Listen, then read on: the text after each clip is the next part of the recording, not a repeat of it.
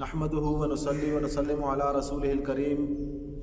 اما بعد فاعوذ باللہ من الشیطان الرجیم بسم اللہ الرحمن الرحیم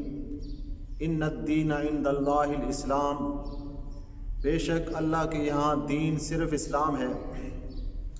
میرے دوستو، دین اور اس کے دائرے کے حوالے سے آج کی اس گفتگو میں ہو سکتا ہے کہ کچھ باتیں آپ کو عجیب بھی لگیں، لیکن وقت کے ساتھ ساتھ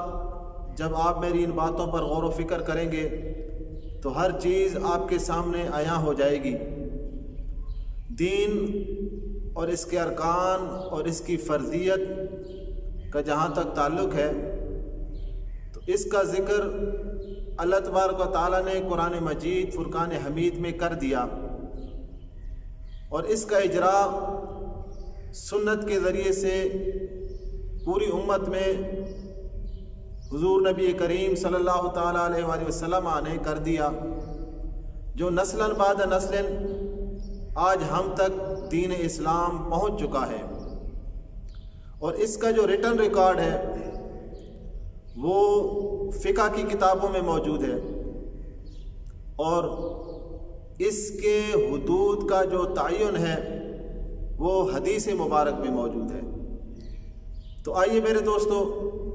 وہ مشہور حدیث جو تقریباً ہر مسلمان اس سے آگاہ ہے، جسے حدیث جبریل کہتے ہیں، وہ حدیث جبریل میں حضور تاجدار دو عالم صلی اللہ تعالیٰ علیہ وآلہ وسلم نے دین کے حدود کا تعین فرمایا، یعنی وہ دستور، وہ آئین، وہ قانون کہ جو ہمیں اللہ کی طرف سے ملا، اس قانون کا دائرہ کتنے تک ہے یہ ہمیں اپنے پیارے آقا صلی اللہ تعالیٰ علیہ وآلہ وسلم نے بتلا دیا۔ تو حدیث پاک کہ جس میں حضرت جبریل علیہ السلام سائل بن کر حضور تاجدار دو عالم صلی اللہ تعالیٰ علیہ وآلہ وسلم سے سوال کرتے ہیں کہ اے محمد، مجھے بتلائیے کہ اسلام کیا ہے صلی اللہ علیہ وسلم۔ تو حضور تاجدار دو عالم صلی اللہ تعالیٰ علیہ وآلہ وسلم نے اس کے جواب میں ارشاد فرمایا کہ اسلام یہ ہے کہ تم یہ گواہی دو کہ اللہ کے سوا کوئی معبود نہیں، اور محمد اللہ کے رسول ہیں، اور نماز کو قائم کرو، زکوٰۃ کو ادا کرو، رمضان کے روزے رکھو، اور کعبۃ اللہ کا حج کرو اگر وہاں تک پہنچ سکو۔ تو میرے دوستو، یہ دین کے 5 ہی ارکان ہیں کہ جن کے علاوہ اس میں کوئی اور رکن داخل نہیں ہو سکتا، اور نہ ہی ان 5 ارکان میں سے کوئی رکن دین سے باہر نکل سکتا ہے۔ تو میرے دوستو، دین صرف انہی 5 ارکان ہی کا نام ہے، اس کے علاوہ کوئی اور جو بھی حکم ہوگا تو اس کو ہم دین نہیں کہہ سکتے، بلکہ اس کے لیے کوئی ہم اس کی اور حیثیت کو واضح کریں گے۔ اس کی سادہ سی مثال میں آپ کو دے دوں جو تاکہ آپ تمام دوستوں کے ذہن میں آ جائے۔ میرے دوستو، دین اسلام یہ حقیقت میں آئین ہے جو اللہ تعالیٰ کی طرف سے ہمیں عطا ہوا ہے۔ جس طرح کہ پاکستان کا آئین چند مخصوص قوانین پر مشتمل ہے، اس کے علاوہ بے شمار قوانین ہیں، لیکن ان کو آئین نہیں کہا جاتا، بلکہ ان کو ان کی حیثیت کے مطابق ہی کہا جاتا ہے۔ مثال کے طور پر اگر کوئی فوجی ہے تو وہ فوج کے قوانین جو بالکل علیحدہ ہیں ان کو فالو کرے گا۔ اسی طرح اگر کوئی پولیس میں ہے تو پولیس کے قوانین بالکل علیحدہ ہیں، ٹریفک کے قوانین بالکل علیحدہ ہیں۔ تو اس طرح شعبہ زندگی جتنے بھی ہیں، ہر ایک شعبہ زندگی سے تعلق رکھنے والے افراد کے لیے علیحدہ علیحدہ قوانین ہیں۔ تو دین اسلام بھی ایسا ہی ہے کہ جو صرف ان 5 ارکان پر مشتمل ہے، اس کے علاوہ جتنے بھی قوانین ہیں اس کے لیے نہ تو ہم دین کا لفظ استعمال کر سکتے ہیں، اور نہ ہی ہم اسلام کا لفظ استعمال کر سکتے ہیں، بلکہ اس کے لیے ہمیں شریعت کا لفظ استعمال کرنا ہوگا۔ میرے دوستو، امید ہے کہ آپ میری اس بات کو سمجھ گئے ہوں گے۔ یاد رکھیے میرے دوستو کہ دین ان 5 چیزوں میں سے 6 نہیں ہو سکتا، اور ان 5 میں سے 4 بھی نہیں ہو سکتا۔ اگر کوئی اس میں کمی کرے گا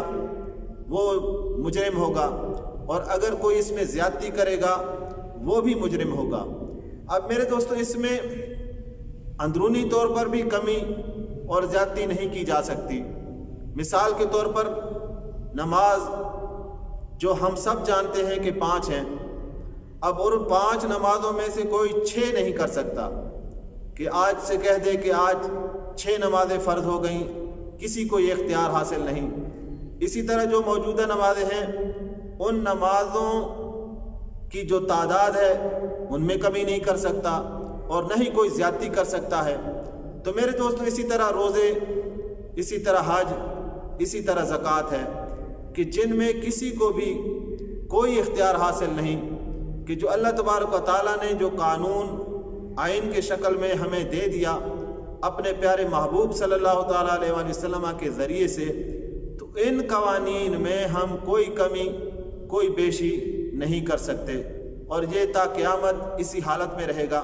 میرے دوستو، اللہ کرے کہ میری یہ بات آپ کو سمجھ آ جائے کہ دائرہ اسلام میں صرف یہ 5 ہی چیزیں داخل ہیں۔ جو شخص دائرہ اسلام میں داخل ہو جائے تو یاد رکھیے کہ دائرہ اسلام میں داخل ہو جانے کے بعد اس کو دائرہ اسلام سے کوئی بھی خارج نہیں کر سکتا۔ جتنا بھی کوئی زور لگا لے، اگر وہ کلمہ طیبہ پڑھتا ہے، نماز پڑھتا ہے، روزے رکھتا ہے، زکوٰۃ ادا کرتا ہے، حج کو ادا کرتا ہے، وہ ان 5 چیزوں میں سے کسی چیز کا انکار نہیں کرتا، تو کوئی بھی شخص اس کو اس دائرہ اسلام سے خارج نہیں کر سکتا۔ ہاں، صرف ایک ہی صورت ہے، اور وہ یہ صورت ہے کہ اللہ تبارک و تعالیٰ نے اس دین اسلام کو قبول کرنے والے شخص کو خود اختیار دیا ہے۔ اگر وہ چاہے تو وہ اس دائرے میں داخل ہو کر مسلمان ہو کر زندگی گزارے، اور اگر وہ جب چاہے اس دائرے سے نکل جائے اور وہ غیر مسلم ہو کر یہاں سے نکلتا بنے۔ لیکن میرے دوستو، یاد رکھیے کہ دائرہ اسلام انہی 5 چیزوں کا نام ہے۔ برائے مہربانی ہر ایک چیز کو